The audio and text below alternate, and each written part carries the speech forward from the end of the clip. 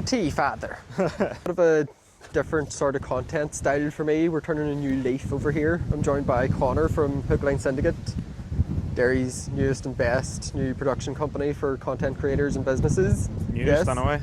Newest and getting there greatest. Conor here's taking care of the filming and the content creation this weekend for us. We are doing an Irish trip. We have hit how many counties? Most of the counties. We're 7 a.m. here in the Himalayas with one. Oh, I've got a visitor. 2 seconds. Is that one of those buzzards, is it? Anyway. Me and Owen here are on the search for the source of the River Foyle.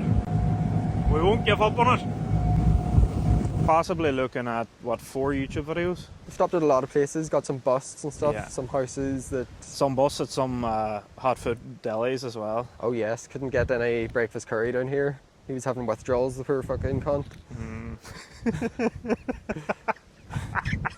When we first sat down to talk, Conor let me know that he got a bit seasick and stuff, and that he was also scared of the dark. I thought I would try to play into that a wee bit and see if he could follow me about and could he get those shots in cramped spaces, dark spaces, over the water.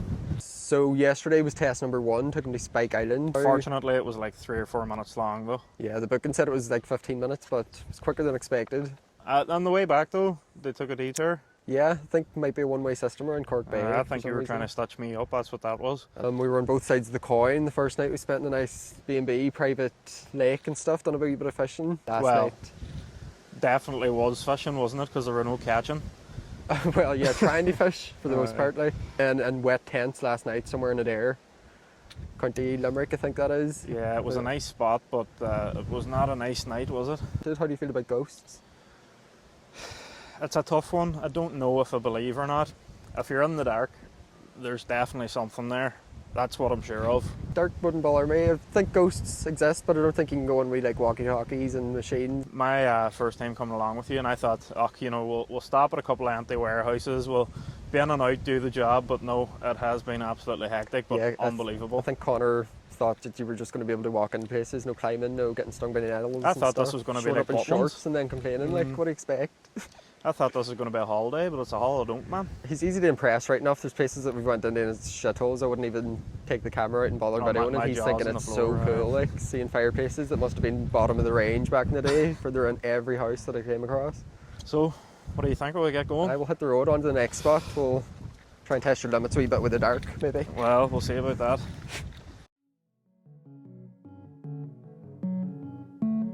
So this is the subject of today's video. It's a Church of Ireland that was constructed in 1810 on land that was previously occupied by a Catholic church. Of course, when the British landed, this was done away with and this was erected in its place. So as we take a look inside, all I ask of you in today's video is to leave a thumbs up and give Conor a follow. I have Conor here. We're going to visit an abandoned church. Now, Ireland is scattered. We probably have thousands of these because Church of Ireland don't have the numbers anymore, and you often find those abandoned. This one's a bit rare though because it is in a lot fresher state. Like, it's not a ruin just quite yet, but it's on its way there. And it's very interesting because Conor, we stopped at a few abandoned places on the way down the road and they were a bit shit. He's easy to impress though because he hasn't been out urbexing before, but I think this is going to be his proper first good experience on this urbex thing. So I'm nearly sure this was built in 1810. And it's a pretty basic design, nothing too big, nothing too swanky. How are you feeling? Are you mic'd? No? Conor's not mic'd, but we'll get him mic'd up inside and get his feedback on his first fucking urbex experience. Okay, so nice and easy access, that's what we like to see, doors wide open. Oh, it is quite dark in here. Make sure to get these heads in here. I think they're very cool. And this would have been some sort of intricate, detailed thing, but it's very faded now. So this is the main part of the church. Under my feet, I'm like 90% sure that there's a crypt in there. And there's a few parts in Ireland where grave robbing was really common. You might have seen it on my page. I've been in quite a few crypts and graveyards where the bodies have been grave robbed and there's exposed skeletons. Weird thing about in here though is this speaker. It's very out of place. It's not even that big of a place either for them to need a big speaker. No. You know what I mean? And it's a really old speaker as well. I don't actually know what year it closed down then. So it was obviously like a chapel of rest for the graveyard. You could imagine there was like a lot of funerals took place here.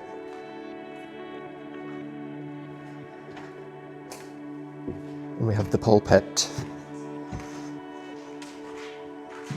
With a nice wee prayer book sitting out for us. You always find the roof just above the altar area is like the first to collapse, and it makes this really weird, like the whole building will be dark and then there's just this mysterious light coming in where the altar was.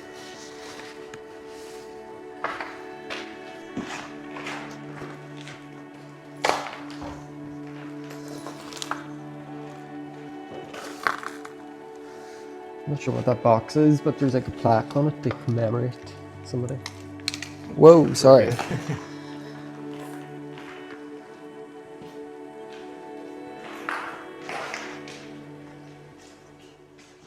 So yeah, Church of Ireland, they're always pretty much this exact footprint, like size-wise. I would watch these stairs whenever you're coming up. Just, you know, keep to the left. Especially at my weight. Yes, at about roughly 16 stone. As he said himself.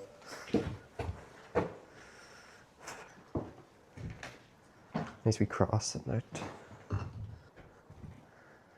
The roof. I'd say the next storm this winter will probably take this place out. The roof's about to come in as it is. The thing for stained glass, you can see that one's bordered up now, but I would imagine in its day, with the light shining through that, there was all these fucking mad colours and stuff. Probably figures of like religious characters.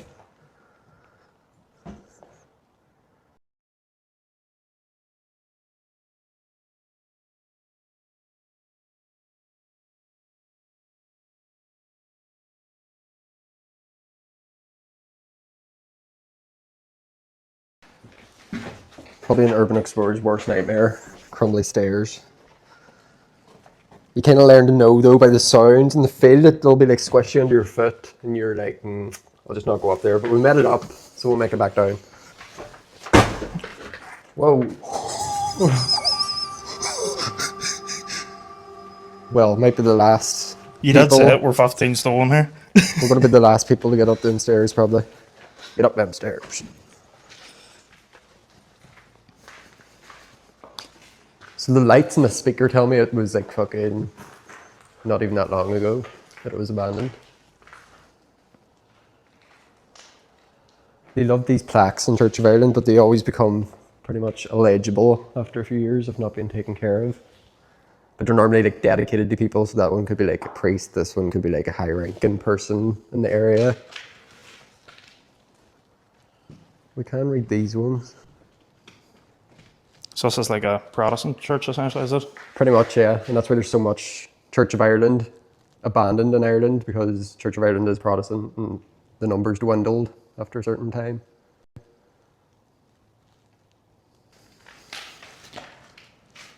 But yeah, there's just memorials for people.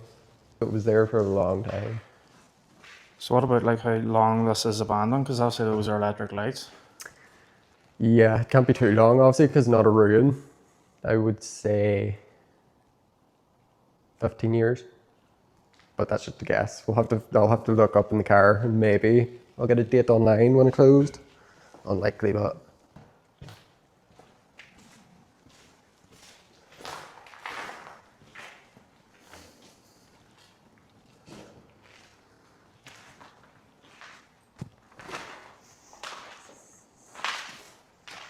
Yeah. Stone floor, probably to cover the crypt. I truly believe there is a crypt in here, but maybe not. Protestants love their crypts. And I think it's in here. I'm actually going to get my flash out and see.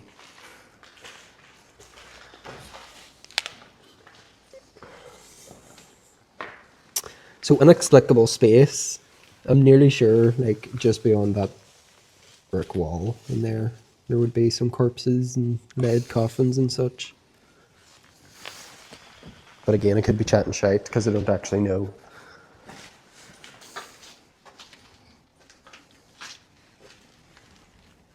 Is that like a bicycle wheel? Yeah, trying to work out what that is. Looks like a bicycle wheel put on a stump of wood for whatever reason.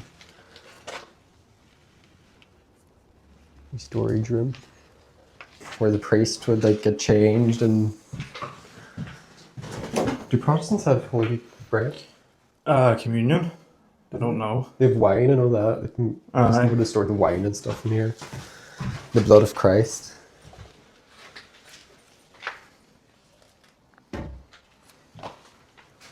Oh, these old-fashioned light switches. Listen to that.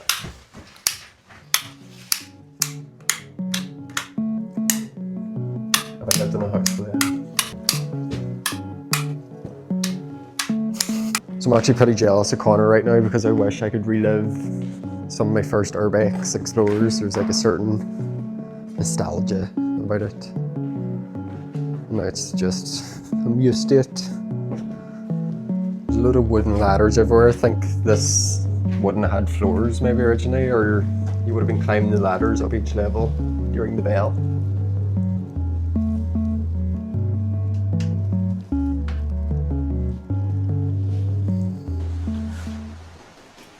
So now we're going to see some graves. These abandoned churches always have like a spooky graveyard, you know, picture Scooby-Doo and like all the things are bent over and there's trees like encapsulating them all. There's no yew trees. There's normally Irish graveyards have like a bunch of yew trees, which I really like to see because my name translates to something like born under the yew tree. See this wall just sticking up? I think that was like a way older church that predated this, and that's all that remains of the first church. And now both of them are falling into ruin. So I just love looking at these old gravestones that are like about to topple over and they're covered in moss and stuff. The names on a lot of them you can't even read anymore, which is like a weird thought that in like a couple 100 years time we're all just going to be like stones in the ground and the name isn't even legible anymore. But that might be a bit existential. I'm not trying to be fucking semi-spiraling. So yeah, the amount of history here, the amount of families that are like traced back to this graveyard and stuff, and the whole site's just gated up, overgrown, nobody's looking after it. Sad to see. This is the sort of nonsense that this man here has me up to.